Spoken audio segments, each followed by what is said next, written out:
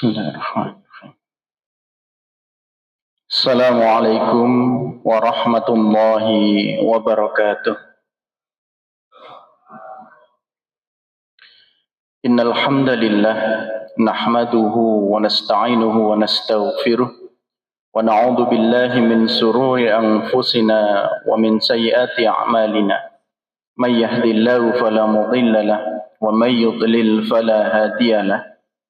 Asyhadu an la ilaha illallah wahdahu la syarika lah wa asyhadu anna Muhammadan abduhu wa rasuluh. Allahumma salli wa sallim wa barik ala nabiyyina Muhammadin wa ala alihi wa sahbihi wa man tabi'ahum bi ihsanin ila yaumiddin.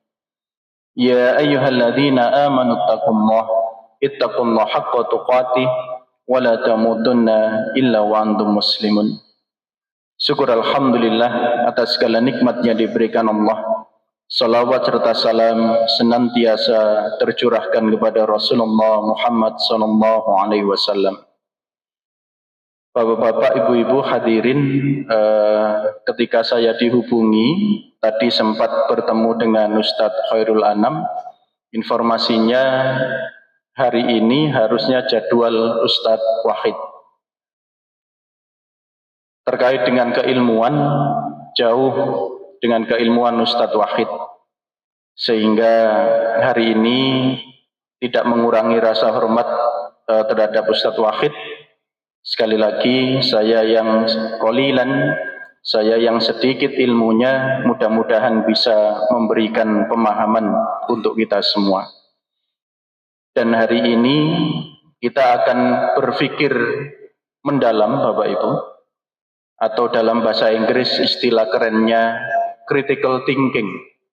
Bagaimana kita mencoba untuk memahami. Ada salah satu buku atau salah satu kitab yang meletakkan pemahaman itu ada di pondasi awal. Bukan ilmu, bukan adab, tapi paham. Karena hal ini sangat penting dalam kehidupan kita. Oleh karena itu, hari ini yang kita bahas adalah umat Islam harus paham, tidak boleh gagal paham. Karena biasanya yang menjadikan hal yang selisih menjadi perselisihan itu adalah karena gagal paham. Oleh karena itu, Bapak Ibu, mari kita mulai. Lembar yang saya berikan, satu lembar ini, sebelum jauh kepada materinya, mari kita coba untuk memahaminya.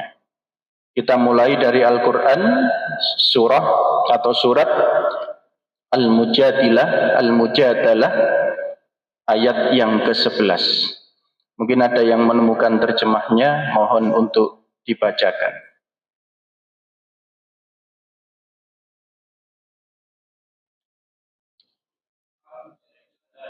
Ayat ke-11. Suratnya ke-58. 58. Nggih. Surat ke-58 ayat yang ke-11.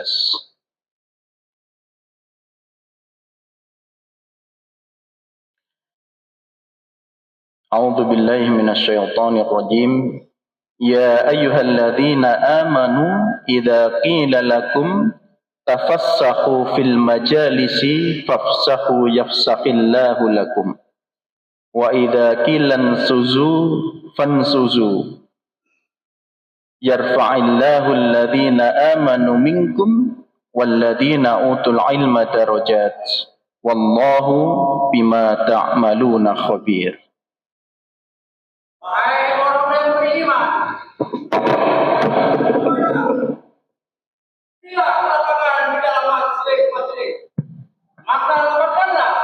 Niscaya Allah akan memberi kelapangan untukmu. Dan apabila dikatakan berdirilah kamu, maka berdirilah. Niscaya Allah akan mengangkat derajat orang-orang yang beriman di antaramu. Dan orang-orang yang diberi ilmu beberapa derajat. Dan Allah Maha teliti apa yang kamu kerjakan. Jazakallah khair. Terima kasih. Terkait dengan terjemah ayat ini, insya Allah bisa kita lihat di Al-Quran terjemah. Di dalam kaitannya dengan tafsir Al-Quran ada 3 poin penting, Bapak Ibu. Yang pertama, ya ayyuhalladzina amanu, panggilan terhadap orang-orang yang beriman.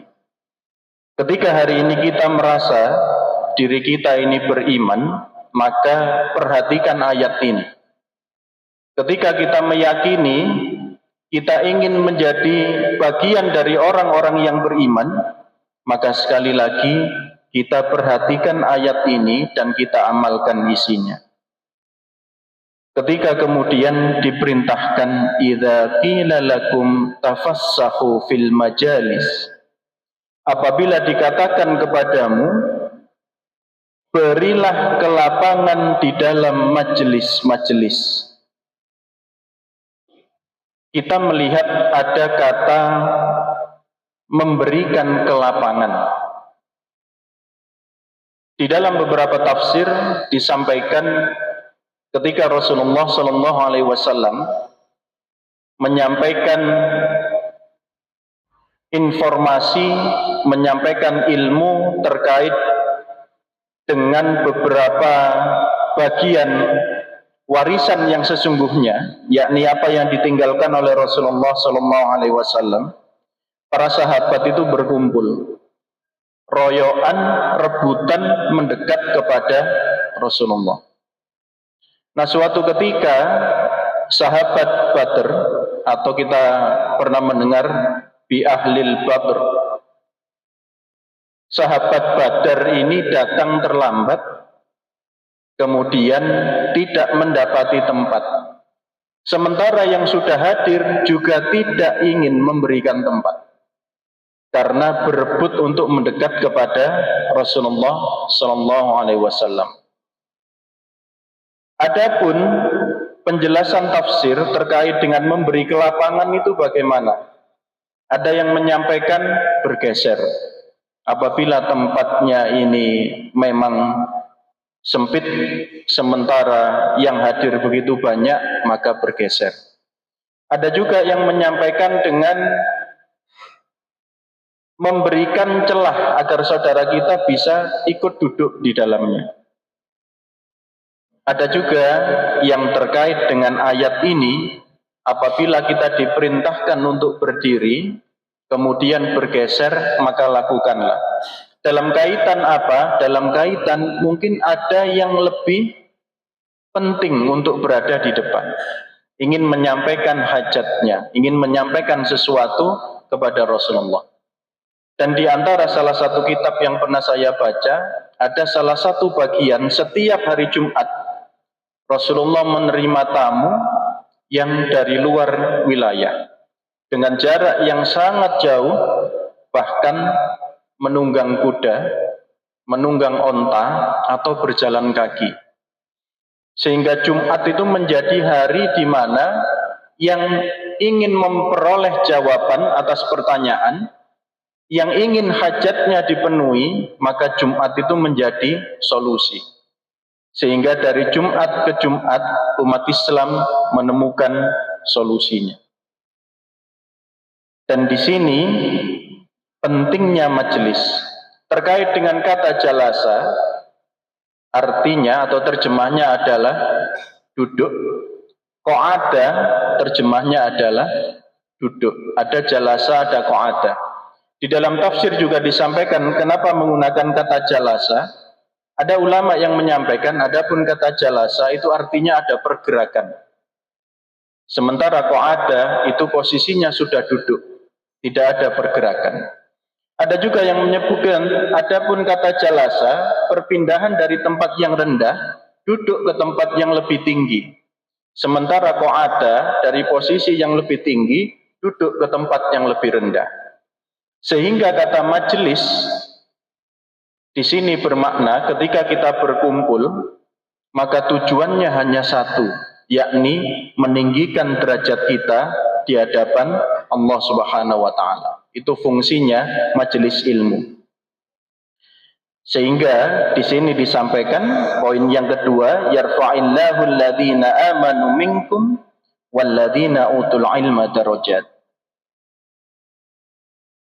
Niscaya Allah akan mengangkat derajat orang-orang yang beriman di antara kamu walladzina utul ilma darajat, dan orang-orang yang diberi ilmu beberapa derajat. Nah, ini poin yang ketiga Bapak dan Ibu. Siapakah yang oleh Allah Subhanahu wa taala ditinggikan derajatnya? Satu, alim, pendidik, guru yang mengajar dengan adab-adabnya. Jadi yang pertama yang oleh Allah Subhanahu wa taala derajatnya ditinggikan, yang pertama adalah orang yang mengajar atau alim, orang yang berilmu, pendidik, guru kita menyebutnya, yang mengajarkan ilmu disertai dengan adab-adabnya. Dan yang kedua, siapa yang ditinggikan derajatnya adalah orang yang menuntut ilmu disertai dengan adab-adabnya. Ini yang harus kita perhatikan. Ternyata para ulama juga mengingatkan kita terkait menuntut ilmu itu harus tahu adabnya, harus tahu etikanya. Dan hari ini kita akan belajar satu etika, yakni etika ketika berbeda pendapat dengan saudara kita sesama muslim. Jadi berbeda pendapat pun ada etikanya. Jangan kita berbeda pendapat dulu sebelum tahu etikanya ketika berbeda pendapat. Wallahu bima ta'maluna khabir. Dan Allah terhadap apa yang kamu kerjakan maha teliti. Baik, Bapak dan Ibu, ini pengantar terkait dengan apa yang akan kita pelajari hari ini. Yang pertama, mari kita berikan ke lapangan. Yang kedua, terkait dengan kata majelis. Dan yang ketiga, orang-orang yang ditinggikan derajatnya oleh Allah Subhanahu wa taala. Kita mulai dari hadis yang pertama, kita belajar bersama Bapak Ibu. Tidak hanya dari saya keilmuannya. Saya terjemahkan perkata di hadis yang pertama. Bismillah. Naha Rasulullah sallallahu alaihi wasallam an bai'il hasati wa an bai'il gharar. Naha itu artinya larang, melarang. Rasulullah sallallahu alaihi wasallam melarang an bai'il hasah. Hasah itu apa Bapak Ibu? Terjemahnya di situ ada di dalam kotak. Hasah artinya batu kerikil. Rasulullah sallallahu alaihi wasallam melarang bai'il, jual beli, hasah, batu kerikil. Apa maknanya Bapak Ibu? Tidak boleh jualan sertu. Ada yang buka toko bangunan.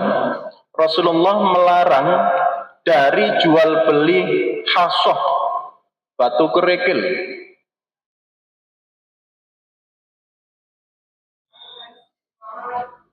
Betul?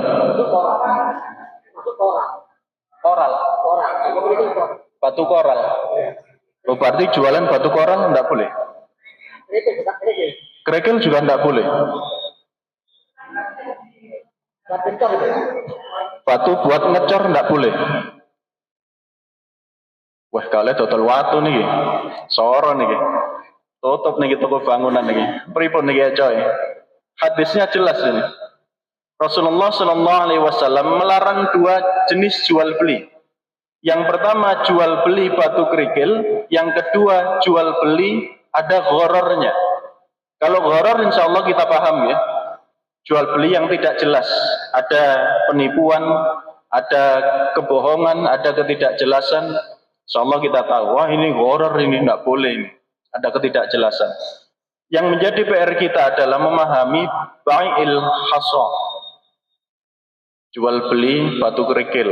Mungkin ada yang pernah membaca hadis ini dan sudah mendapat penjelasan.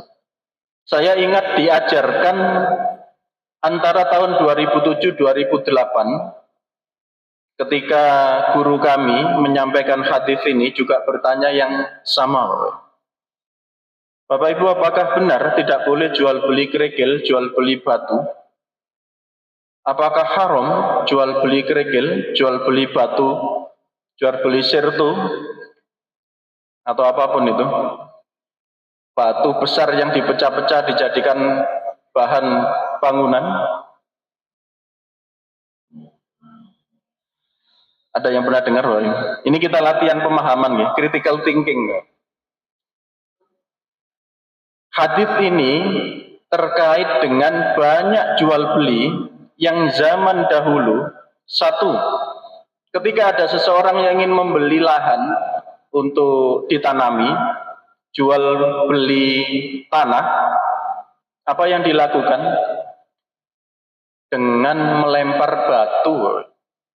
Batunya dilempar, ketika batunya jatuh, maka itu batas tanahnya. Cak, aku tuku lemah sampean, Cak. Sak piro? Pokoke sak adohe lemparan kuwi. Nek jenengan niki wonge gwetot, orangnya kuat, ngelemparnya jauh, dapatnya banyak lahan. Tapi kalau kita ini orang yang lemah, dengan harga yang sama, kemudian dilempar batunya, kelutik nggak terlalu jauh, dapatnya sedikit. Ada juga seperti ini Bapak Ibu. Kurma diletakkan di dalam beberapa karung. Tidak tahu isinya, baik atau buruk kurmanya. Apa yang dilakukan? Batunya dilemparkan. Ketika mengenai atau mendekat ke salah satu karung itu, maka diambil, dibeli, tidak boleh ditukar. Isinya apa? Kurma yang baik atau tidak? Tidak tahu. Dan jual beli semacam ini dilarang. Zaman sekarang bentuknya baik offline atau online ternyata masih ada Bapak. Anak-anak kita itu seringkali membeli sesuatu yang bentuknya adalah blind. Ada yang menyebutnya blind box. Blind box ini membeli sesuatu di dalam kotak yang sama, tidak tahu isinya. Harganya sama.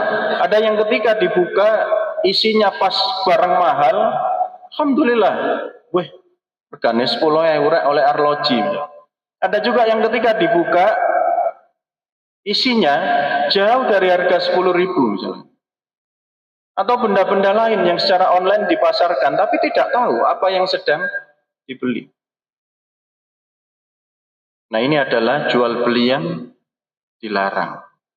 Jadi apakah jual beli kerikil dilarang? Boten. Jual beli batu? Tidak. Yang jadi persoalan adalah yang dimaksud dengan khasoh ini adalah jual beli yang prosesnya demikian itu. Itu yang dilarang. Bentuknya macam-macam. Secara online ataupun offline. Mungkin ada yang masih bermain sesuatu kelereng atau apa diletakkan. Nanti sampai ke sebuah tempat, oh dapat wafer, dapat macam-macam begitu. Apakah boleh kita tukar? Tidak. Di mana letaknya? Dia harus ngambil di situ.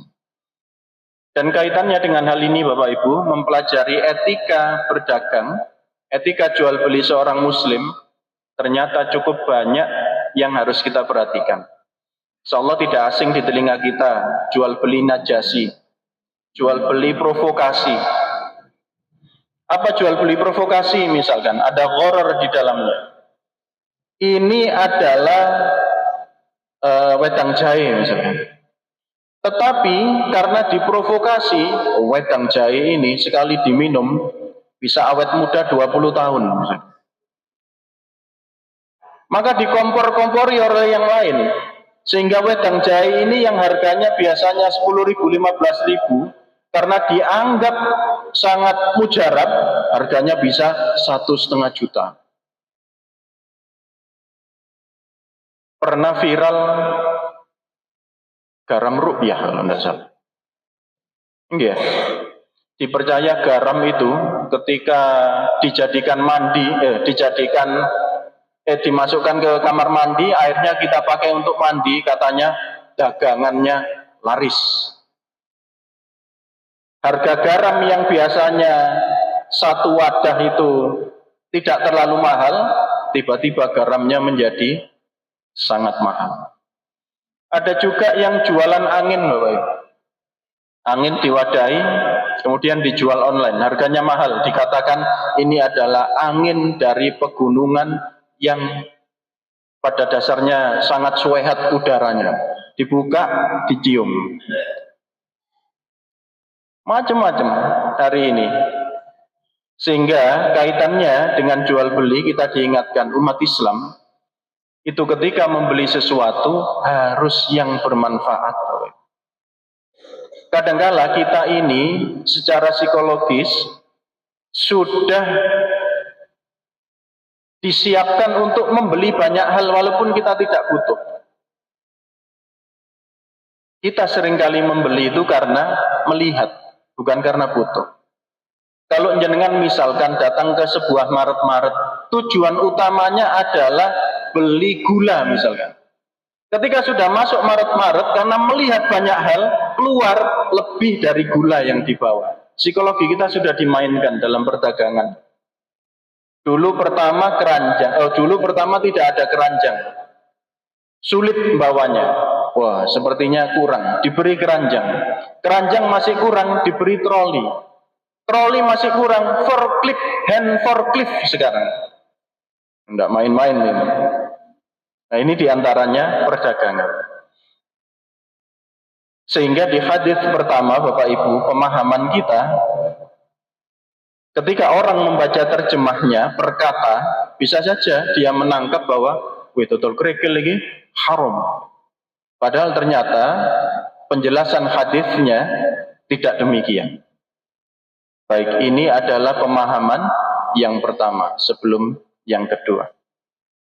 Bapak Ibu, hadis ini ditanyakan hampir setiap tahun ketika mendekati Idul Kurban.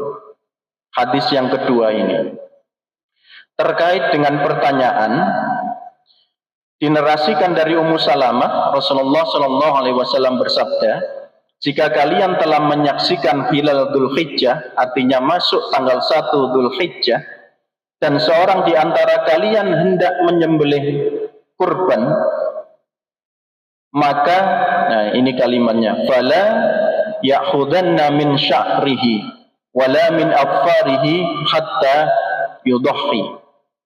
Janganlah ia mengambil atau mencukur rambut atau bulu dan memotong kukunya sedikit pun sehingga ia telah menyembelihnya. Maka muncul pertanyaan, yang tidak boleh dipotong kukunya, rambut atau bulunya, itu yang akan kurban atau hewannya? Ini kan akhirnya ada beda, ada selisih. Maka kita biasakan itu. Bapak Ibu, saya ingin tanya dulu, yang meyakini yang tidak boleh dipotong itu adalah orangnya yang akan kurban. Tolong angkat tangan. Oh ada, alhamdulillah. Yang meyakini yang tidak boleh dipotong adalah hewannya, angkat tangan. Baik, banyak yang status quo nih, abstain, golput. Wis sembarang, nah esok karo-karo. Bapak Ibu, ketika kita beda pendapat dengan saudara kita, ketika ada selisih pendapat, apakah harus terjadi perselisihan? Itu pertanyaan. Oleh karena itu saya seringkali menggunakan istilah selisih pendapat. Bukan berselisih, bukan perselisihan. Harus dibedakan. Ulama itu selisih pendapat. Sekali lagi, imam madhab itu selisih pendapat, tapi tidak berselisih dan perselisihan. Tapi memang ada selisih pendapat. Maka ketika kita membaca tafsir dhamirnya, nya, pertanyaannya adalah nya. Jangan dipotong kukunya. Nya siapa? Ini kan yang jadi PR bersama sehingga ada beda pendapat. Ada yang menyampaikan orangnya tidak boleh. Tidak boleh potong rambut, tidak boleh potong kuku. Sampai menyembelihnya. Nah, gitu. Masuk sing kurban dibeleh. Ada yang berpendapat demikian. Namun kita harus melihat banyak ulama-ulama besar itu juga berpendapat demikian, bahwa yang tidak boleh memotong kuku dan rambut itu adalah yang akan kurban. Jangan bisa baca di banyak kitab fikih berdasarkan satu dalil. Namun kita juga melihat ada pendapat yang lain, diantaranya yang pernah menyampaikan di sini adalah guru kita Ustadz Zainuddin MZ. Saya akan mengutip kalimat beliau dalam buku terkait dengan pemahaman korelasi potong kuku dan bulu hewan kurban. Di antara pelajaran yang saya terima kaitannya dengan pemahaman hadis atau tafsir hadis, tidak hanya tafsir Al-Quran, hadis pun ada tafsir. Tafsir hadis itu diantaranya kita diajarkan juga hadis yang sama itu bisa kita ambil korelasinya yang paling masuk akal dari hadis tersebut. Jadi kira-kira korelasinya, problem akademiknya lebih masuk akal yang mana? Nah ini saya bacakan karena saya khawatir keliru. Berbeda terkait dengan pemahaman dhamir. Nya itu siapa? Penulis, maksudnya ini penulis adalah Ustadz Zainuddin MZ. Penulis pernah ke pusat peternakan Tapos dan menyaksikan kuku-kuku domba yang disiset sedemikian rupa. Bahkan penulis juga pernah melihat tayangan di YouTube teknologi pemotongan kuku sapi yang sangat canggih.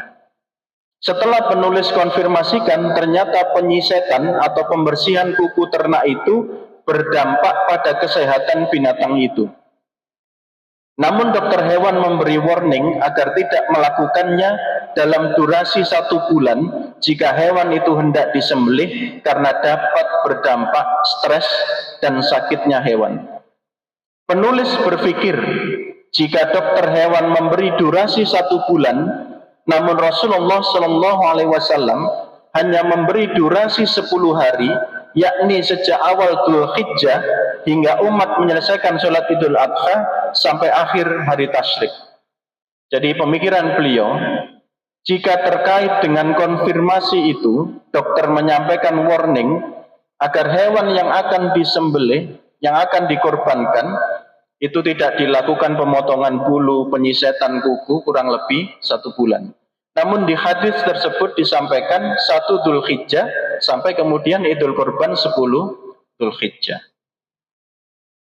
Dan di antaranya yang pernah saya baca di dalam salah satu buku atau kitab, banyak orang-orang dulu yang ketika mereka akan menyembelih hewan kurban, ini sudah disiapkan untuk kurban, bahkan ada pembeli yang menitipkan ternyata bulu dan kukunya masih dijual dan dimanfaatkan.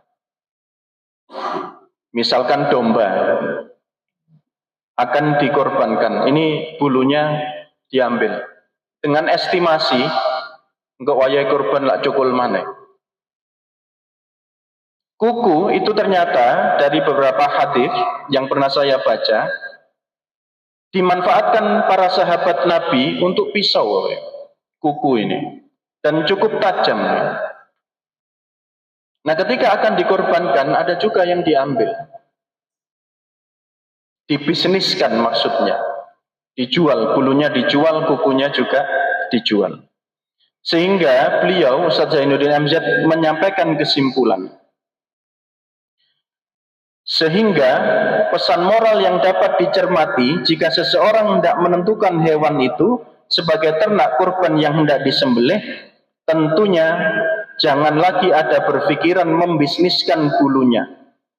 Tolong memahami hadis seperti ini jika seseorang berada di tempat kelahiran di Indonesia, justru bulu itu banyak yang dibakar atau dimanfaatkan yang lain. Nah ternyata berbeda. Ketika Ustadz Zainuddin berada di Saudi dengan di Indonesia, ternyata pemanfaatannya sudah berbeda. Kita jarang sekali memakai jaket yang berasal dari bulu domba, gitu, jarang sekali. Ada Bapak Ibu yang punya jaket dari bulu domba? Tidak ada ya? Jaket kita rata-rata dari kapas imitasi. Kesimpulan, jika diperhatikan secara seksama bukan atas dasar a priori terhadap pendapat orang lain atau fanatik terhadap pendapat gurunya sendiri, Allah tentu membukakan pintu hidayah untuk dapat memahami mana dari dua interpretasi hadis tersebut yang lebih dekat kepada kebenaran. Ini ditulisan Ustadz Zainuddin. Mana yang lebih mendekati kebenaran atau korelasinya lebih masuk akal, yang tidak boleh memotong kuku dan rambut itu orangnya atau hewannya. Begitu kalimatnya. Berarti bukan orangnya. Saya tidak mengarahkan loh, saya menunjukkan bedanya. Adapun jenengan, monggo, jenengan lebih yakin yang mana? Misalkan meyakini loh, yang tidak boleh itu orangnya, maka ketika hari Jumat, walaupun kukunya panjang, tidak boleh dipotong. Ireng-ireng, tidak boleh dipotong, karena sudah meyakini loh, gak oleh aku potong kuku, sampai potong rambut. Walaupun sudah gondrong hari Jumat, gak iso ya, gak oleh potong ya. Kukunya juga tidak boleh dipotong. Nah ini terkait dengan keyakinan. Apa yang kita yakini bisa dipahami ini Bapak Ibu. Selisih pendapat itu terjadi. Nanti akan saya sampaikan terkait akidah itu ada pernah selisih pendapat. Insya Allah antara Ibnu Abbas dengan Ummul Mukminin Aisyah. Akidah, cabang akidah. Akidah yang tidak boleh beda itu adalah asyhadu an la ilaha illallah wa asyhadu anna Muhammadar Rasulullah. Jadi Rasulullah itu khatamul anbiya wal mursalin, itu tidak boleh beda. Tapi cabang akidah bisa ada selisih. Nanti akan kita bahas ketika waktunya memungkinkan. Dan yang ketiga, hadis ketiga insya Allah tidak asing Bapak Ibu. Ada di dalam hadis Arba'in Nawawi. Di dalam Syarah Arba'in Nawawi ini dimasukkan hadis yang ke-34. Baik, kita pelajari dulu sebelum membaca penjelasan ulama terkait dengan hadis ini. An Abi Sa'id Al-Khudri radhiyallahu anhu qala sami'tu Rasulullah sallallahu alaihi wasallam yaqul man ra'a minkum munkaran falyughayyir bi yadihi fa illam yastati fa bilisani fa illam yastati fa biqalbihi wa dzalika adhaful iman. Dari Abu Sa'id Al-Khudri radhiyallahu anhu ia berkata, aku mendengar Rasulullah sallallahu alaihi wasallam bersabda, man barang siapa dari kalian melihat kemungkaran, ubahlah dengan tangannya. Jika tidak bisa, ubahlah dengan lisannya. Jika tidak bisa, ingkarilah dengan hatinya. Wa dzalika adhaful iman. Dan itu merupakan selemah-lemah iman.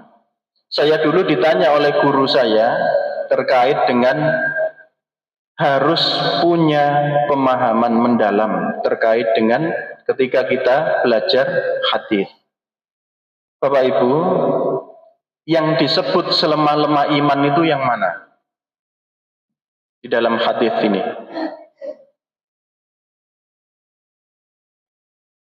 Iman yang selemah-lemahnya di dalam hadis ini, itu yang bagian mana?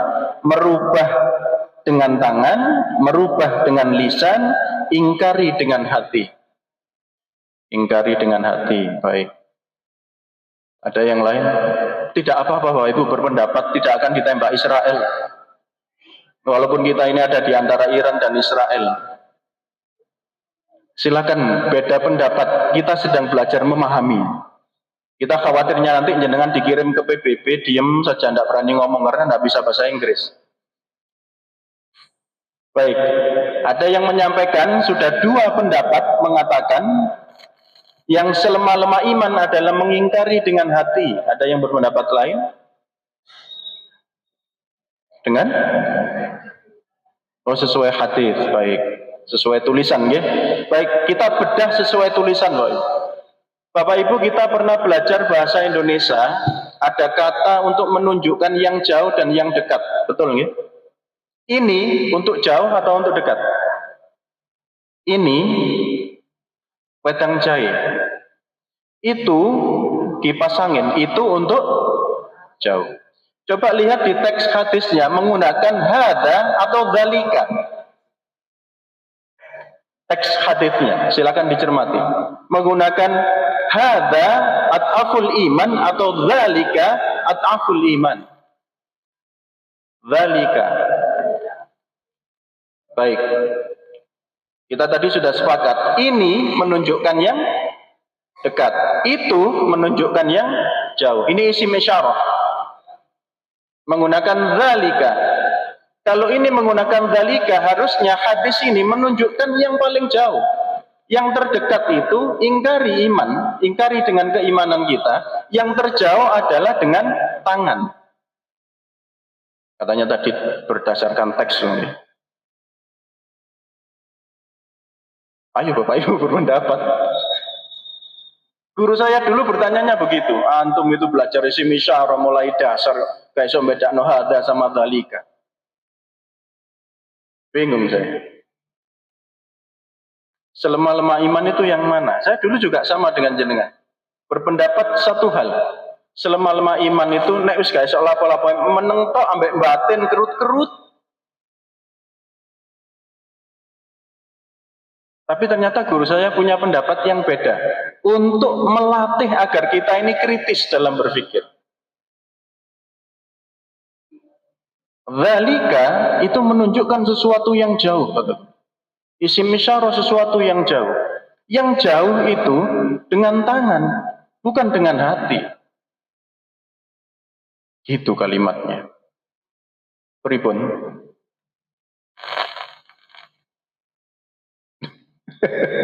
Tapi paham ya maksudnya ya. Berarti menurut hadis ini ketika menggunakan kata dzalika itu selemah-lemah iman adalah napa Bapak? Nah, ada yang mulai bergeser tangan nih. Saya belum membacakan syarah hadisnya. Di dalam syarah hadisnya pun ada selisih pendapat Bapak Ibu. Maka sekali lagi ketika kemudian muncul satu pemahaman dan kita selisih pendapat, kita kembalikan kemana? Kita di Muhammadiyah, alhamdulillah Bapak Ibu, ada manhaj tarjih. Ketika jenengan membaca buku manhaj tarjih, kita akan tahu kenapa sampai ada majelis tarjih. Memudahkan kita sejatinya. Sehingga kita punya produk-produk tarjih yang ada di rumah jenengan mungkin HPT ya. HPT. Atau mungkin jenengan di rumah juga memiliki kitab-kitab fikih yang lain supaya bisa memahami. Ada kitab fikih 4 mazhab. Kalau 5 mazhab itu, seingat saya mazhab yang kelima itu mazhab Syiah. Nanti kita akan ketemu bedanya itu di nikah mut'ah diantaranya. Kalau membahas fikih 5 mazhab itu. Tapi kita tidak lari ke sana. Kita bahas hadis ini dulu. Nanti kemana-mana. Baik. Oleh karena itu Bapak Ibu, saya ingin tanya. Kemudian guru saya bertanya. Bapak Ibu ketika jenengan ada persoalan dengan pasangan. Ketika jenengan ada masalah melihat ada yang tidak benar dengan anak saya. Apa yang pertama kali jenengan lakukan?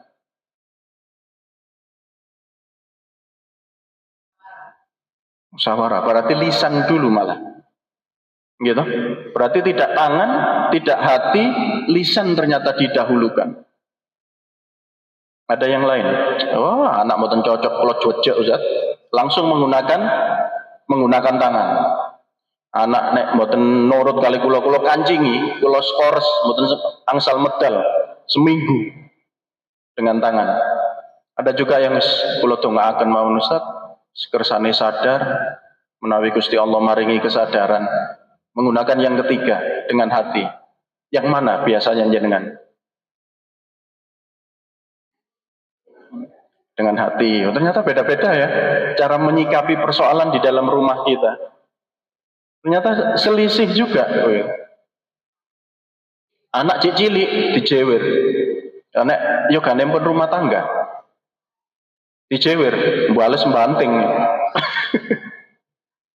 Nah, sehingga saya ingin membacakan syarahnya. Apa sih maksudnya hadis ini? Kitab tipis ini insya Allah banyak memberikan pemahaman, lebih-lebih yang menghafalkan hadis Arba'in Nawawi. Imam An-Nawawi menyampaikan begini, kalimat dan hal ini adalah selemah-lemah iman. Maksudnya bukan berarti bahwa kalau orang yang lemah mengingkari kemungkaran dengan hatinya, maka imannya lebih lemah daripada iman orang lain. Tetapi pengertiannya bahwa hal itu adalah tingkat iman yang paling rendah. Jadi seolah-olah amal adalah buah iman, dan buah iman yang paling tinggi dalam soal melarang dari kemungkaran ialah melarang dengan tangan atau kekuasaan.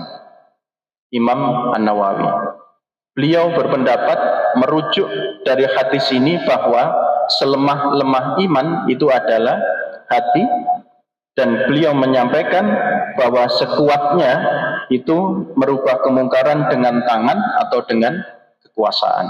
Imam An-Nawawi. Di sisi yang lain, saya akan membacakan catatan-catatan kesimpulan dari penjelasan hadis ini. 1. Kewajiban merubah kemungkaran haruslah dengan tahapan-tahapan. Pertama dengan tangan, dan ini hanya sanggup dilakukan oleh penguasa. Jika tidak mampu, maka dengan lisan. Dan ini bagi para penyeru kebajikan yang biasa menjelaskan kemungkaran-kemungkaran kepada masyarakat. 2. Bagi orang yang tidak mampu merubah kemungkaran dengan tangan atau dengan lisannya, ia harus merubahnya dengan hatinya atau dengan berdoa. Kemudahan agama yang menyusun tingkat-tingkat kewajiban menurut kadar kemampuan adalah berdasarkan yang diajarkan Rasulullah Sallallahu Alaihi Wasallam. Artinya hadis ini mengajarkan kepada kita berpikir kritis, posisi kita ada di yang mana, dengan tangan, dengan lisan, atau dengan hati. Di posisi yang mana kita? Dan itu ternyata tiap orang bisa selisih. Alhamdulillah pas Bapak Ibu, saya belum menyampaikan yang lain, ini tadi baru mukadimah untuk pemahaman. Terkait dengan banyaknya selisih pendapat belum kita bahas. Tapi ini sekali lagi kita diajarkan untuk terbiasa. Selama ada dasarnya, selama ada dalilnya, satu dalil ternyata bisa beda interpretasi. Karena sudah Isya, saya cukupkan dulu. Nanti jika ada yang didiskusikan atau ditanyakan, monggo. Bisa WhatsApp, bisa email, bisa surat. Hal yang pribadi akan kami jawab secara pribadi. Kita tutup dengan istighfar dan doa kafaratul majlis. Subhanallah bihamdika asyhadu an la ilaha illa anta astaghfiruka wa atubu ilaik. Ihdinas siratal mustaqim. Wassalamualaikum warahmatullahi wabarakatuh.